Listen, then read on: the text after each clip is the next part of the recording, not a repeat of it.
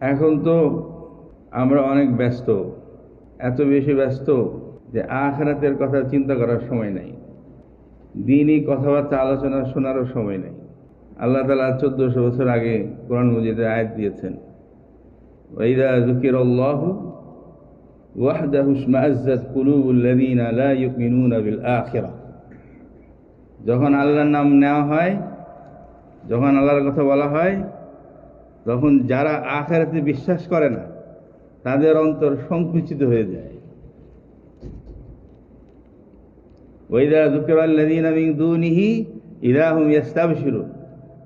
আর যখন তার কথা ছাড়া তাদের উপাস্যদের আলোচনা হয়, মানে তারা যেগুলো পছন্দ করে, তখন তারা খুশি হয়ে ওঠে। আল্লাহর কথা কইলেই বিপদ।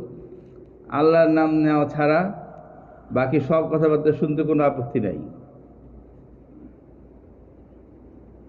লা ইলাহা ইল্লাল্লাহ। এই জন্য আমরা যারা এখানে বসতে পেরেছি, এটা আল্লাহ তাআলার বিশেষ মার্সি, অনুগ্রহ। এ ধরনের মজলিস আমাদের উলামায়ে কেরাম বলেন অত্যন্ত বরকতের মজলিস। আমরা এখানে যারা বসছি, আমাদের চারিদিকে ফেরেশতারা আমাদেরকে ঘিরে ধরেছে, তারা আমাদের জন্য মাগফিরাতের দোয়া করছে।